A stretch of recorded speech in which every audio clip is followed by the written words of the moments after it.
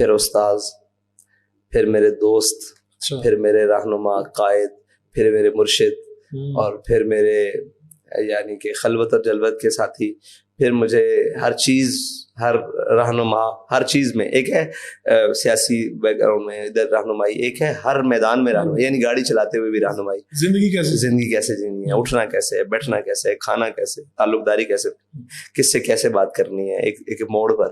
تو پھر وہ بابا خواجہ فرید نے کہا نا میرا عشق بھی تو میرا یار بھی تو تو وہ والا حساب. تو بہت زیادہ جب ان کو پیار آتا تھا آپ پہ یا دیگر بچوں پہ تو کیا کس طرح سے وہ اظہار کرتے تھے اس کا؟ بلا لیتے تھے پاس اور گھنٹوں بٹھاتے تھے.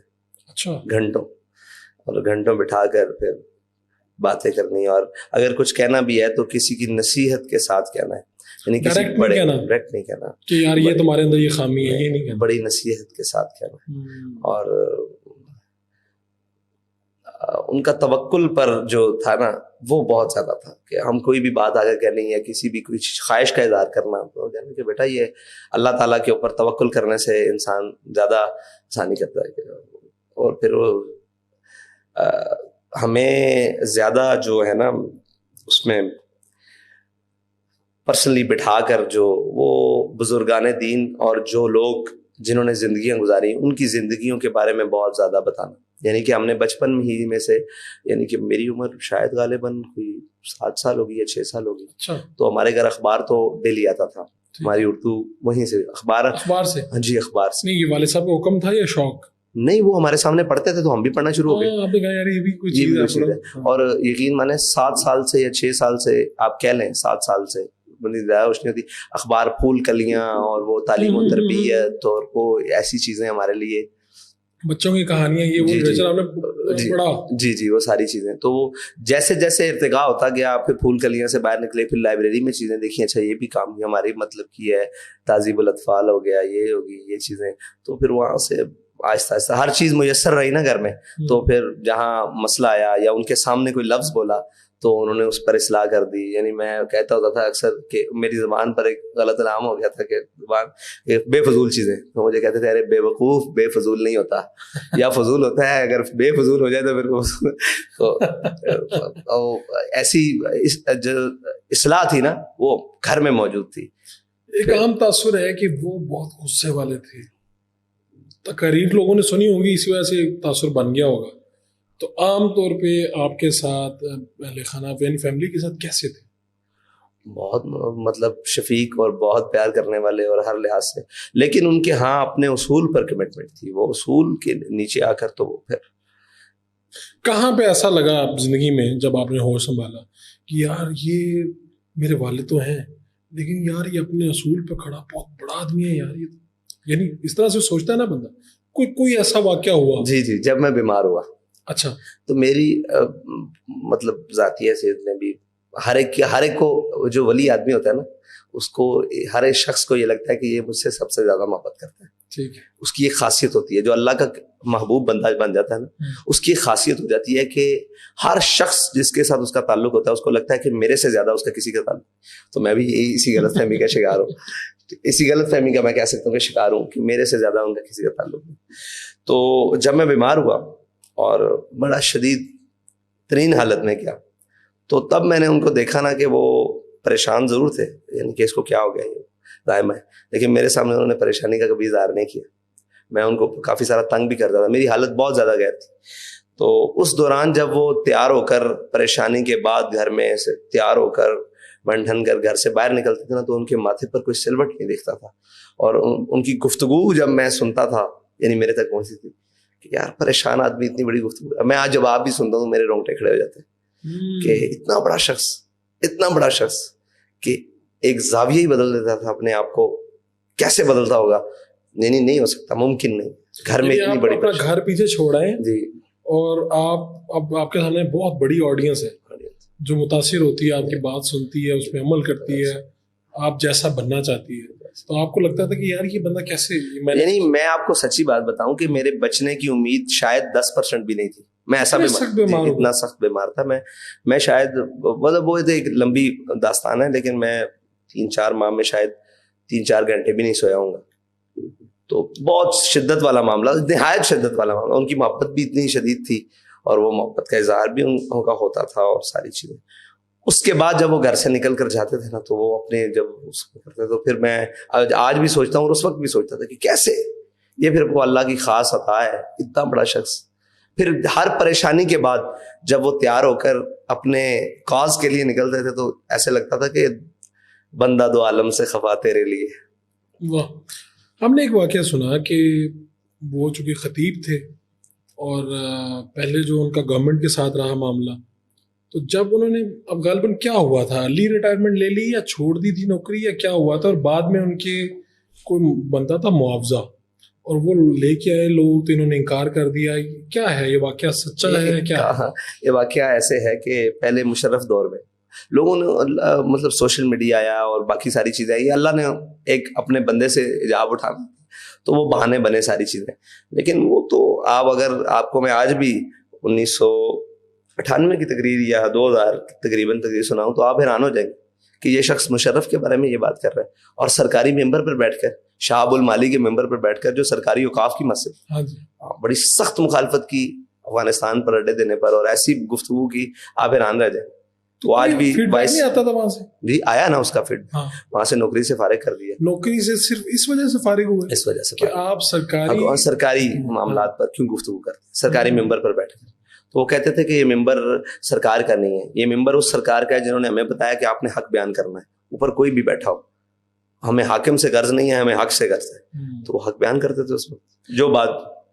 تو یہ معاوضے والی کیا بات ہے کہ اچھا یہ چلتا رہا, پھر وہ وہاں سے ختم ہو گئے, پھر ان کو پیر مکی علیہ رحمہ بھیج دیا. ٹھیک ہے, دربار پیر مکی علیہ رحمہ, حضرت سید عزیز الدین مکی رحمۃ اللہ تعالیٰ علیہ کے مطابق.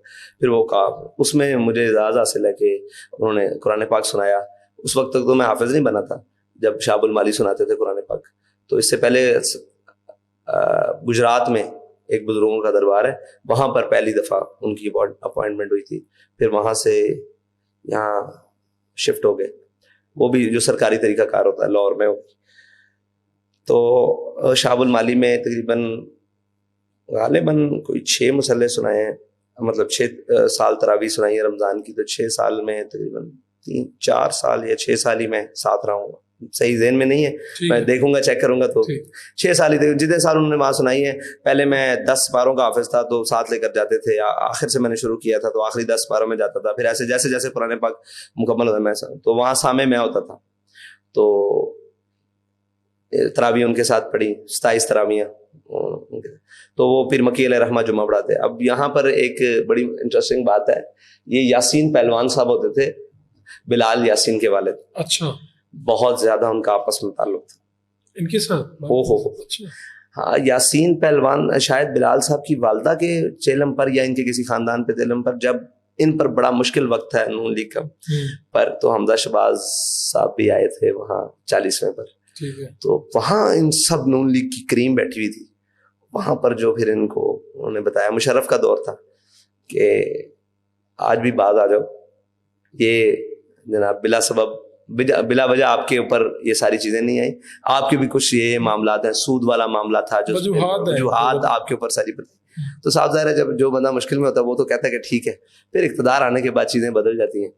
پھر جب اقتدار آیا نون کے پاس دوبارہ, غالباً 8 میں آیا پنجاب کا اقتدار, جی 8 میں آیا, تو وہاں بھی پھٹے چلتے رہے, لیکن یاسین پہلوان کھڑا ہو جاتا تھا. اچھا, وہ بابا جی کے ساتھ کھڑا ہو جاتا, بالکل پورے اوقاف کے سامنے. وہاں بھی ٹکنے والی کوئی بات نہیں تھی, کیونکہ وہ تو اپنی فلو میں مشرف دور کے اندر ہی مشرف کے, یعنی یہ نہیں ہوا کہ مشرف کا دور ہے چلو آپ نواز شریف کو رگڑ لیں. اچھا, نہ یہ نہیں ہوا. ٹھیک ہے, یہ روایات میں ہماری نہیں ہے. تو وہ معاوضے والا وہ رہے گی جی, آگے جا رہے ہیں نا, کیونکہ یہاں سے تو معاوضہ. تو یہ یاسین پہلوان صاحب کھڑے تھے اور جمعے پہ کہتے تھے پہلوان اپنے پتر کو سمجھا.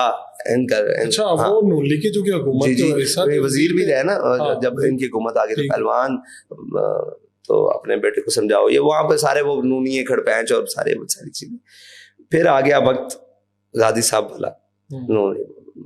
نون لیگ نے اپنے دور حکومت میں 8 والے میں بڑی ایک عجیب سی دور گزارا ہے کہ وہ مساجد کے سپیکر اور درود و سلام پر یہ وہ, تو یہ اس میں بڑا کلیش بن گیا, کیونکہ یہ رائٹ ہینڈ کے سیاستدان گنے جاتے تھے, لیکن انہوں نے اس دور میں اپنے آپ کو لبرل بنانے کے لیے بڑی کوشش کی ہے اپنا اوپر چڑھانے کے لیے, تو وہ سارے کام کیے, تو اس میں کلیش رہا ان کا, بہت سارا کلیش رہا. اب وقت آ گیا ممتاز قادری والا. تو ممتاز قادری یہ تو نہیں ہو سکتا تھا کہ وہ سرکاری ممبر ہے, وہاں پر میں گفتگو کروں نہ کروں, اور یہ میری مسجد ہے یہاں پر میں کروں. تو گفتگو دونوں طرف ایک ہی ہوتی تھی, دونوں طرف. تو پھر وہاں آ کر کلیش ہو گیا گورنمنٹ سے, انہوں نے جمعہ پڑھانے سے منع کر دی. ٹھیک ہے کوئی مسئلہ نہیں. پھر تنخواہیں روک دیں, تنخواہ بے نیاز آدمی تھے, انہیں مسئلہ کون تھا. پھر انہوں نے کہا جی آپ کی تنخواہیں دیتے ہیں تو آپ اکاؤنٹ کھلوائیں. میں نے اکاؤنٹ نہیں کھلوانا. اچھا, کبھی انہوں نے اکاؤنٹ کھلوایا ہی نہیں؟ ان کے نام پر اکاؤنٹ نہیں کھلوایا. اچھا, میں نے اکاؤنٹ نہیں کھلوانا, مجھے ضرورت نہیں ہے, میری تنخواہ مجھے جیسے پہلے مل رہی تھی, میں اپنا کام کروں آپ مجھے. انہوں نے کہا کہ جی اچھا نائب امام کے نام پر اکاؤنٹ کھلواتے ہیں, جو ان کے نائب تھے اس کے نام پر کھل گیا. تنخواہ آنی شروع ہو گئی, تنخواہ مل رہی ہے, یعنی کہ معطل ہو چکے ہیں لیکن تنخواہ مل رہی ہے. تھوڑے دنوں بعد تنخواہ بھی بند ہوگی. پوچھا نہیں کہ کیوں بند ہوئی. تھوڑے بعد انہوں نے کہا جی آپ ریٹائرمنٹ لے لیں, آپ کو بالکل ڈسمس کیا جا رہا ہے. ڈسمس کر دو.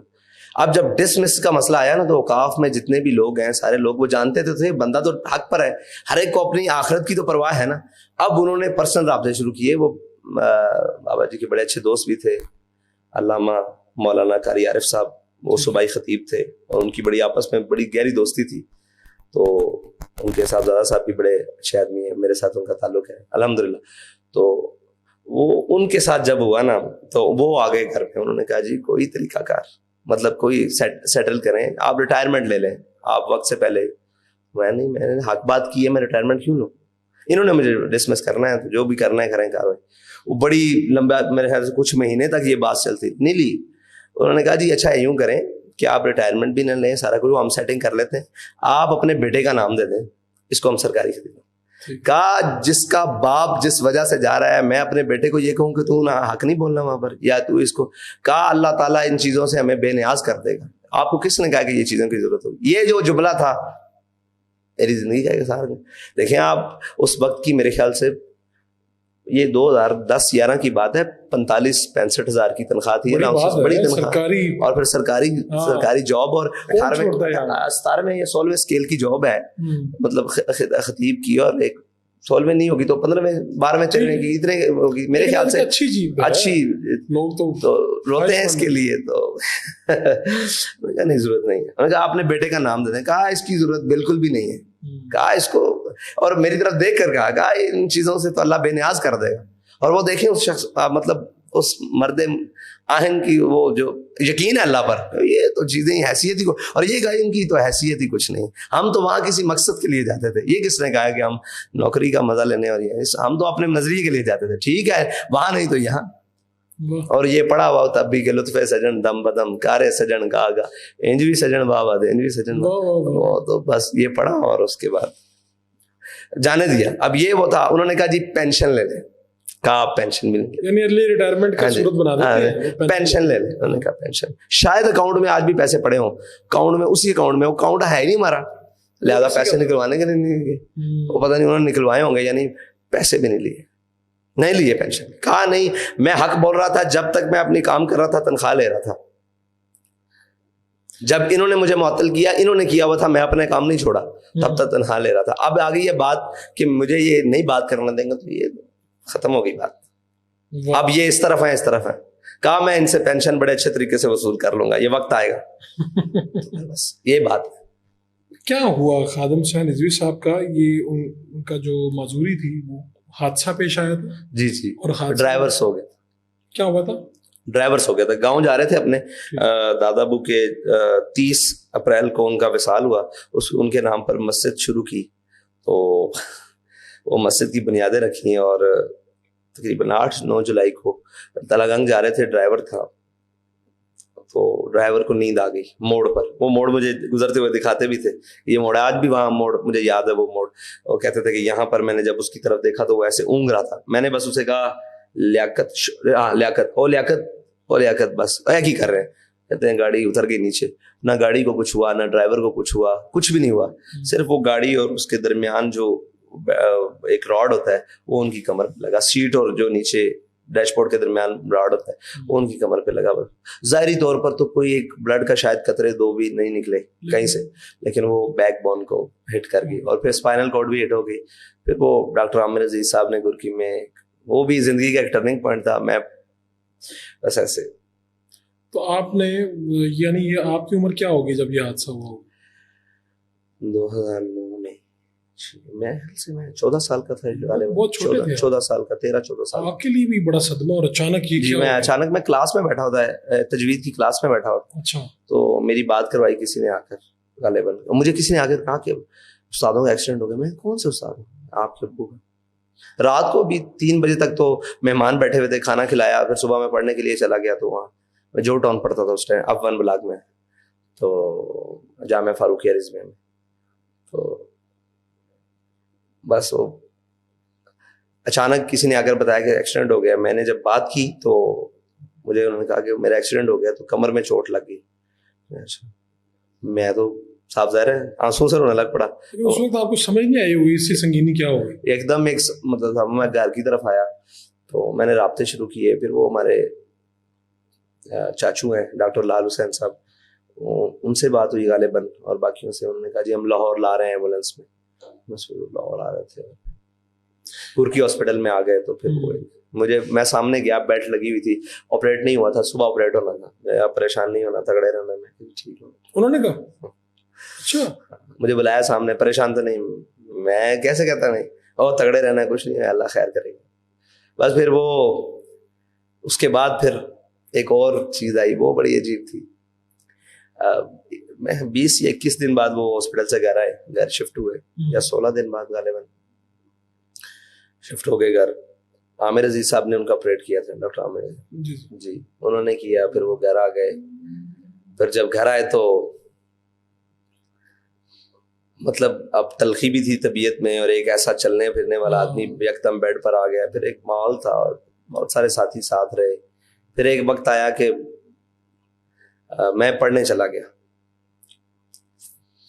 تو وہیں جو دوبارہ کلاسز لے لی. ایک انسان کا ہوتا ہے نا کہ یار چلو اب نارمل روٹین پر اپنے زندگی واپس. والدہ نے کہا کہ آج آپ کے والد صاحب نے کوئی 7-8 مرتبہ یا شاید اس سے بھی زیادہ آپ کا پوچھا ہے. اور جب بھی میں نے بتایا کہ انہوں نے پوچھا 7 کہاں ہیں, میں نے کہا پڑھنے گیا. انہوں نے کہا انہوں نے پھر پوچھا, میں نے کہا آپ کو بتایا تو ہے پڑھنے گیا. میں واپس آیا تو ان کو بیلٹ لگتی تھی, بیلٹ لگا کے نا بیٹھے ہوئے تھے ایسے ہاتھ رکھ کے. میں اندر کمرے میں داخل ہوا, میں نے کہا السلام علیکم. تو انہوں نے نا میرے ایسے نظر کے بھری ہوئی نظروں سے, تو وہ کیفیت والی نظریں, جلال والی نظروں سے ایسے سارا لایا. میں اندر تو میرے ایک دم ایک معاملہ سسراہٹ ہوئی کہ کچھ ہوا ہے. میں جا کر بیٹھ گیا پاس, خاموش رہے. ایسا ہوتا نہیں تھا, یا میں بولتا رہتا تھا یا وہ بولتے رہتے تھے. زیادہ میں ہی بولتا تھا, میں پوچھتا رہتا تھا, میں چھیڑتا رہتا تھا کہ یہ ایسے, تو میں بھی خاموش بیٹھا رہا, وہ بھی خاموش. تو انہوں نے ایک دم ایک سوال داغا, اور وہ سوال باقی داغنے والا ہی تھا. کہا پڑھ آئے ہو؟ یہ سوال مطلب مجھے پوچھا پڑھ آئے ہو, میں جواب دینے لگا تھا. میں سوچنے لگ پڑا پڑھا تو ابھی کچھ نہیں. بس یہاں سے پھر میں خاموش رہا. پھر اس طرح انہوں نے باتیں کی, کتابیں تو 2 حرف سکھاتی ہیں, آدمی آدمی بناتے ہیں. پھر سعد صاحب نے اٹھا کر کتابیں طاق میں رکھی, پھر کہیں پڑھنے کے لیے نہیں گئے والد صاحب کے پاس. جو پڑھایا جو سکھایا انہوں نے سکھایا سب کچھ. یعنی وہ آپ کا آخری دن تھا باقاعدہ. اس کے بعد میں تھوڑی دیر ان کے ہی حکم پر بیٹھتا رہا ہوں, باقی اساتذہ کے پاس بھی, لیکن میں پھر ذوق سے پڑھنے نہیں گیا. جو میرا تھا نا وہ ختم ہو گیا. آپ نے پوچھا نا کہ آپ کیوں, پھر اس وجہ سے ختم رہا. میں پھر ترکش لینگویج بھی سیکھنے گیا, اور پھر سارا کچھ. پھر میرا وہ ذوق نہیں رہا. پھر میرا ذوق یہ تھا کہ میں کہیں بیٹھا ہوتا تھا, میرا خیال پیچھے لگ جاتا تھا. ہاں, کہ اگر وہ یہاں ہوتے تو وہ کیا کہہ رہے ہوتے, پھر میں ان کے پاس چلا جاتا تھا. ایسا میں کوئی بات سنتا تھا, کوئی بات پڑھتا تھا, کوئی واقعہ, تو میں کہتا تھا اچھا ان کا تبصرہ کیا ہوگا, میں اٹھا کے بات ان کے پاس لے جاتا. اکثر یہ بھی ہوتا تھا کہ میں, ایک ہمارے سر شام صاحب تھے, اللہ ان کو خوش رکھے, وہ کیمسٹری کے یا فزکس کے پروفیسر ہیں پنجاب یونیورسٹی میں, شاید ابھی بھی ہوں گے. بہت قابل آدمی, بہت قابل آدمی. تو ان کے پاس میں میتھ پڑھتا, وہ اکثر میرا خیال آتا تھا, تو میں ان کے پاس چھوڑ کر سیدھا بابا جی کے پاس چلا جاتا اور وہ بات چھوڑ لیتا. بس وہ پھر ایک ایسی لگ گئی کہ پھر ساتھ ہی رہے. پھر اس لیے کہیں دل نہیں لگا. میں آرٹس کے کورسز کے لیے بھی گیا, اور دنیا دیکھی, بیٹھے پڑھے. تو شاید اتنا بھرا ہوا آدمی مل گیا کہ مجھے سارے استاد خالی خالی لگتے تھے. آپ کو لگا کہ یار وہ کمی تو وہاں پوری ہو گئی. یقین جانے میں بڑے بڑے لوگوں کے ساتھ بڑے بڑے پاس بیٹھا, لیکن مجھے تشنگی رہ گئی کہ یار مطلب وہ اس لیے رہ گئی کہ کردار میں بات اور تھی, گفتار میں بات اور تھی. آپ کسی کو فقر کا سبق دے رہے تھے اور خود معاشیات اور معیشت کے پیچھے زندگی کی دوڑ لگا رہے تھے. تو پھر مجھے یہ جب تضاد نظر آیا نا, پھر میں وہ تو بات میں یہ ان کا مطلب تکیہ کلام کہہ لیں کہ جس کا عمل بے غرض ہے اس کی جزا کچھ ہو رہا ہے. عرو خیام سے گزر بادہ و جام سے گزر, یہ کہتے تھے نا. تو میں کہتا تھا اس کی جزا کون ہے جس کا عمل بے غرض ہے؟ تو کہا کہ اللہ نے کہا روزہ میرے لیے ہے, اس کی جزا میں خود ہوں. اب کیا مانا لوگ اس کا؟ میں چپ کر جاتا تھا کہ ٹھیک ہے. تو اس کی جزا, اور پھر سمجھ آئی کہ جزا کیا ہوتی ہے, کہ ان کی زندگی نے بتایا نا کہ کیا کیا جزا ہوتی ہے. تو پھر بس اس لیے تشنگی رہی کہ کسی کے پاس بیٹھے بھر نہیں سکے. بڑی بڑی محافل میں بیٹھے, بڑے بڑے دوستوں کے ساتھ, یہ پارٹی ہاؤس میں بیٹھے, بڑے لوگ دیکھے, ہر چیز دیکھی, ادب کا بھی وہ ادب اور ہر چیز میں بیٹھے دیکھے, چوپال کی بیٹھکیں کی, اور بڑا ایک دنیا, لیکن خالی رہے. مطلب وہ کوئی ایسا چیز نہیں نظر آئی کہ جو ہر راستے میں, ہر سمت میں سیل رواں ہو. یعنی لوگ خالی ہو جاتے تھے. خالی اس لیے ہو جاتے تھے کہ ہمیں عادت پڑ گئی تھی کہ ہم مطلب میں اب یہ سمجھتا ہوں کہ میں اوپر سے نیچے آ رہا تھا, نیچے سے اوپر والا فیل نہیں ہوتا. جی یہ تو پتہ ہے جی, کیونکہ کسی سے بات کرتے تھے نا 8 سے 10 منٹ بعد وہ اپنا علم خالی کر لیتا, ختم ہو جاتا تھا نا. تو ہم تو بابا جی کو دیکھتے تھے, وہ تو سیل رواں تھے. جس موضوع پر بحث کی ہے تو وہ ہماری رات گزر جاتی تھی. بعض اوقات ایسا بھی ہوا ہے کہ وہ عقل و دل و نگاہ کا مرشد اولی ہے, عشق نہ ہو تو شرودی بتکدہ تصورات پر گفتگو کرتے کرتے میرے خیال سے غالباً 46 عربی کتب اور باقی جو اردو کتب تھی وہ میں نے گنی نہیں, 46 عربی کتب ساری رات میں لائبریری سے نکال کر لاتا رہا. اس شعر کے اوپر ہی بات نکل رہی. اور ایک رات ایسی بھی آئی کہ یہ شاید یہی شعر تھا یا اس طرح شعر گزارتے ہوئے ہم نے پوری کلیات اقبال چھان لی. یعنی کہ رات تراویح پڑھ کے بیٹھے اور صبح سحری کے ٹائم والدہ نے کہا اب سحری کرو, ٹائم ختم ہو رہا ہے. تو ہمیں یہی خیال نہیں رہا. ایسے بھی حالات ہوتے. اب اس شخص کے پاس بیٹھنے والا وہ 10 منٹ والے کے پاس بیٹھے گا, جو مطلب آپ کہیں کہ 100 cc والا اور ایک جس کی لمٹ ہی نہیں ہے, تو 70 چلانے کا میچ. تو اس وجہ سے آپ کے والد صاحب خادم حسین رضوی صاحب, ان کی وفات کے اوپر بہت سے لوگ ابھی بھی مطمئن نہیں ہیں. لوگ طرح طرح کی باتیں کرتے ہیں کہ یہ اچانک کیسے ممکن ہوئی, کیا ہوا, اور لوگ کہتے ہیں کچھ سازش ہے, ان کو کچھ زہر دیا گیا. یا آپ کو کیا لگتا ہے, آپ آخری وقت میں ان کے ساتھ تھے, کیا ہوا تھا, کیسے ہوئی تھی؟ ان کو بخار تھا. اس بخار کی حالت میں وہ تشریف لائے تھے فیض آباد, اسلام آباد, پنڈی میں, اور واپسی پر بھی بخار تھا. نارمل ان کو زیادہ کیپیسٹی کی دوائی سے نا بخار چڑھ جاتا تھا. تو ہم بالکل, یہ بچوں والا سیرپ نہیں ہوتا پیناڈول, اس سے ان کا بخار, ان کی بیماری بالکل ٹھیک ہو جاتی تھی. کیونکہ نہ وہ بلڈ پریشر کے مریض ہے, نہ ان کو شوگر تھی, نہ الحمدللہ کوئی ایسی چیز نہیں تھی, بالکل نارمل تھا. تو نارمل سے مطلب بخار کی شروع کر دیں کہ یار یہ پیتے ہیں.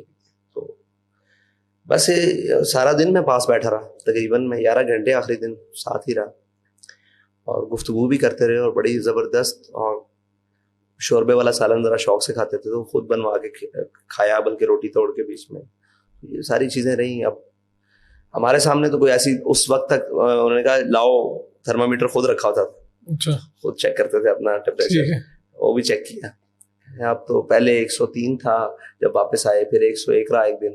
کہتے ہیں یار آج تو نارمل ہے, 100 تک آ گیا ہے, بلکہ نیچے آ گیا. تو ایسی کیفیت رہی, بالکل نارمل حالت میں رہے.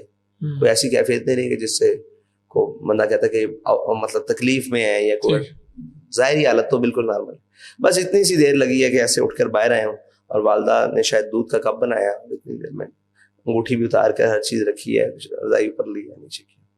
بس اس سے پہلے انہوں نے ساری چیزیں اتار کے رکھی ہیں, گھڑی, ہلکا کی ہے, اور ٹوپی ساری ٹیبل کے اوپر رکھی ہیں. اور یہ ان کا کمال تھا کہ رضائی پوری منہ کے اوپر لے کر سوتے تھے. اچھا, کپڑا بھی گرمی سردی میں اگر کپڑا بھی لیا تو وہ پورا منہ پر لیتے, تو وہ پورا اوپر تک کیا ہوا تھا. انہوں نے آواز دی نہیں لی, آواز نہیں, بس اتنی سی. تو آپ لوگ ہاسپٹل لے کے گئے؟ جی میں خود لے کر گیا. ٹھیک ہے, شیخ زائد میں لے گیا. تو جب آپ لے کے گئے کیا کہا انہوں نے؟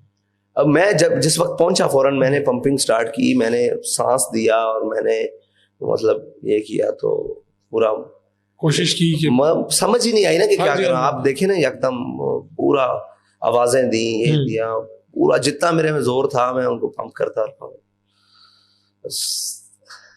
درمیان میں یہ افواہیں کیا ہیں کہ وہ دوبارہ سے کوئی سانس بحال ہو گئی, زندہ ہو گئی, پتہ نہیں کیا ویڈیوز آتی رہیں اس وقت. اس وقت کا مجھے کچھ یاد نہیں ہے کہ کیا کچھ ہوتا رہا. اب اس وقت کیا ہوا تھا. ٹھیک ہے, آپ کیا سمجھتے ہیں, سوچتے ہیں, کیونکہ آپ کا وقت بہت گزرا, آپ ان کے بڑے بیٹے ہیں, خادم حسین رضوی صاحب, کیا سمجھتے تھے کہ ان کے بعد ان کی جو تحریک ہے اس کی قیادت آپ اس کے لیے موزوں ہیں؟ کیا وہ آپ کو اس تحریک کی قیادت دیتے؟ نہیں, نہ دیتے, کبھی بھی نہیں. ان کو پتا تھا میں ایک جذباتی آدمی ہوں, میں ایک بہت سخت موقف رکھنے والا آدمی ہوں, اور میرے نزدیک مطلب میری وہ طبیعت سے تو ان سے زیادہ کون واقف ہو سکتا. یہ اوصاف تو ان کے اندر بھی تھے, سخت بھی تھے موقف. لیکن وہ صاحب سر ہے, ایک یہ بھی تو ہے نا کہ انہوں نے جو اسلام پڑھا تھا اس میں بیٹے کی گنجائش نہیں, اور جس اسلام پر وہ چلتے تھے اس میں بیٹے کی گنجائش نہیں. تو اس کا مطلب یہ ہے کہ اگر ان کو کہا جاتا کہ تحریک کی سربراہی, تو وہ آپ کو آپشن کے طور پہ بالکل بھی نہ دیتے. ایسا ہوا نا جب وہ جیل میں گئے تو میں 5-6-7 دن کے لیے, ڈاکٹر شفیق میری صاحب سربراہ بنے, وہ بھی گرفتار ہو گئے تھے 5-6-7 دن کے لیے. میں ان سے ملاقات کے لیے گیا, کہا تو بڑا سربراہ بنے پھر میں کہ تو میں بس انہوں نے مجھے اتنا کہا, مجھے سمجھ آ گئی کہ انہیں اچھا نہیں لگا. ان کو بالکل اچھا نہیں. پارٹی کے پاس آپشن نہیں تھی. جی, پارٹی کے پاس آپشن نہیں, بندے ہی کوئی نہیں تھا نا باہر. ہاں, تو جو باہر تھا ہونا تو اس نے لیڈ کرنا تھا. جی سارے گرفتار ہو گئے. تو بڑا سربراہ بنے پھرنا, جی بڑا سربراہ بنے پھرنا. میں نے کہا لگتا ہے, میں نے اگلے دن آ کے ان کو کہا اجلاس طلب کریں, جتنے لوگ باہر ہیں, 3 سے 4 لوگ ہم باہر تھے, وہ ایک اسلام آباد میں اجلاس طلب کیا. اس میں وہ اپنے جو آپ بھی ہمارے سرپرست ہیں, میں نے ان کو امیر بنا دیا. اگلے دن میں کہا اچھا دوبارہ ملے پھر جا کے, اور آپ نے کیا کہا؟ میں کہ جی میں اپنی ذمہ داریوں سے سبکدوش ہو گیا. مسکرا پڑے, بس ان کو سمجھ آ گئی کہ میرے اشارے کنائے کو سمجھتا ہے. کہا انہوں نے اتنا ہی تو بڑا سربراہ بنا پھر. جو اس وقت لوگ موجود ہیں آپ کی تحریک میں, یا جو کچھ علیحدہ بھی ہو گئے, اختلاف بھی ہو گئے, ان میں سے کسی کے اوپر ان کی تھی کوئی بات جن کو وہ چاہتے تھے کہ اگر میں کبھی مجھے کچھ ایسا ویسا ہو, گرفتاری یہ وہ, تو ان میں سے کوئی بندہ پارٹی کی سربراہی کر سکتا ہے ان کے؟ ہاں یار, اتنی بڑی شخصیت اور اتنی بڑی بات انہوں نے ہمارے سامنے تو کبھی اظہار نہیں کیا. اگر کسی کے سامنے کوئی آ کے کہتا ہے ہمیں, تو ہم ماننے کے لیے تیار ہیں, لیکن آپ کے سامنے کبھی ایسا اظہار نہیں, ایسی بات نہیں کی. قائدانہ صلاحیتیں تو وہ مانتے ہی نہیں تھے کسی میں. اچھا, وہ نہیں مانتے تھے کسی کی, وہ بڑے بڑے لوگوں کی نہیں مانتے تھے. یہ تو کچھ بھی نہیں ہے نا, ہم سب کی حیثیت کچھ بھی نہیں. بڑے بڑے لوگ جن کا نام اور تھوڑی ہے, یہ تو مذاق ہے, قوم سے مذاق کرتے ہیں.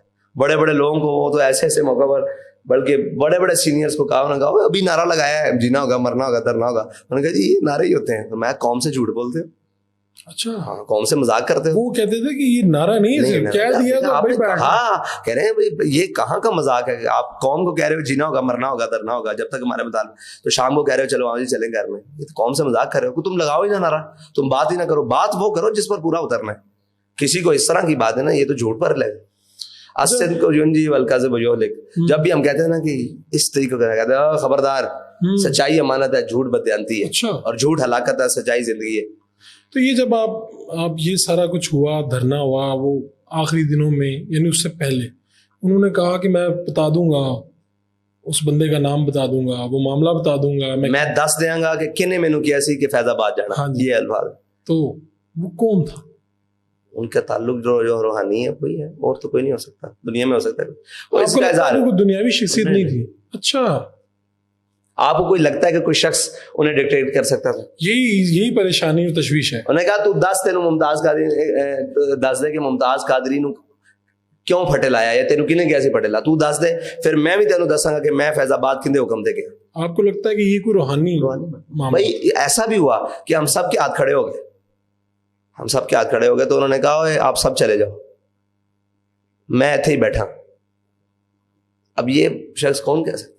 تو یہ جب آپ کے گھر آئے, مسجد میں آئے, دروازے ٹوٹے, پتہ نہیں کیا کیا ہوا. تو اتنا بڑا ہے فاروق بھائی, جن کو شاید کبھی نہیں بلایا جا سکے, کہ ہمارے گھر لوگ تعزیت کے لیے آئے, اور آپ کو پتہ ہے کیسے دنیا ہے, آپ گن ہی نہیں سکتے اس شخص کو, جتنی مطلب وہ جنازے پر جو فاتحہ کے لیے دنیا آئی وہ تو گنتی میں نہیں ہے نا, مطلب ایسے ہی ہے. اور پھر کلوں پر پھر 40 منٹ. ہمارے گھر کے دروازے ٹوٹے ہوئے تھے, ہمارے گھر کی کھڑکیاں ٹوٹی ہوئی تھی, پردے ٹوٹے, ہر چیز ٹوٹی ہوئی تھی, اور ہم لوگوں کو فاتحہ کے لیے بٹھا دیا. اور پھر ہم نے شرم کے مارے, ہمیں شرم نہیں تھی, ہمیں تو فخر تھا کہ ہمارے دروازے ناموس رسالت پہ, لیکن لوگ آگے پوچھتے تھے کیا ہوا ہے, تو ہم کس کا نام لیتے اور کیا کرتے, ہم نے ان کے اوپر کپڑے لٹکا دیے. پھر میں نے کہا کہ پہلی پریورٹی میں ان کو ٹھیک کرواؤ یا ان کو صحیح کرو. تو دروازے توڑنے والوں میں صرف پولیس تھی یا باقی کون سی؟ سارے تھے, ساری فورسز, رینجر بھی تھے. اس وقت تو لوگوں نے بڑا ان کو کہا ہوگا کہ آپ کیا کر رہے ہیں, ہم بھی پاکستانی ہیں, ہم بھی. پچھلے جمعے میں جس جمعے کو وفات ہوئی ان کی جمعرات کی رات کو, اسی جمعرات کی پچھلی رات کو, جو پچھلا ہفتہ تھا, اسی رات کو اس مسجد پر قبضہ تھا ان کا. اگلے دن ان کی وفات تھی. یہ کام میرے تھے, تو میں ادھر سنبھال رہا تھا, ساری دنیا آئی تھی, کوئی زخمی تھے, کوئی ہاسپٹلائز, کوئی کسی کے پاس چیزیں نہیں تھی, کرایہ نہیں تھا واپسی جانے کا, کوئی جن کو ہم یہاں سے 7 بسز پر لے کر گئے تھے, تو وہ پورا انتظام ان کا رہنے سہنے سب ایک شہر سے دوسرے شہر مائگریٹ. تو واپس آ کے میں نہیں کروانا تھا. میں جب گھر آیا تو بیمار تھے, تو میں مطلب اس سلسلے میں لگ گیا, تو شام کو ان کی وفات ہو گئی.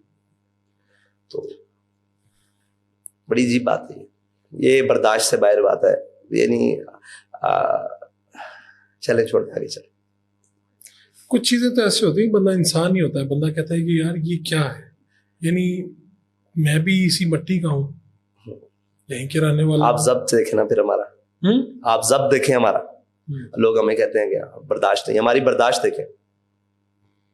کتنے لوگوں کی اب تک ہو چکے ہیں, کیجولیٹیز ہو چکی ہیں, شہادت ہو چکی ہے, جتنی بھی آپ کی ایفرٹس رہی, آپ نے کوئی اس کے اعداد و شمار بنائے؟ جی, یہ جو ناموس رسالت کا بھی مارچ ہوا ہے, اس میں تقریباً کوئی 53 شہداء ہیں کل ملا کے. نہیں, اس سے 8 فیض آباد والے, اچھا 2 ناموس رسالت مارچ والے ہیں. وہ شہداء اس سلسلے میں کہ گاڑی کا ایکسیڈنٹ ہو گیا. ٹھیک ہے, یہ شہداء ہیں, یعنی تقریباً 100 کے قریب لوگ ہیں. نہیں تقریباً کوئی 62-63 لوگ, 63.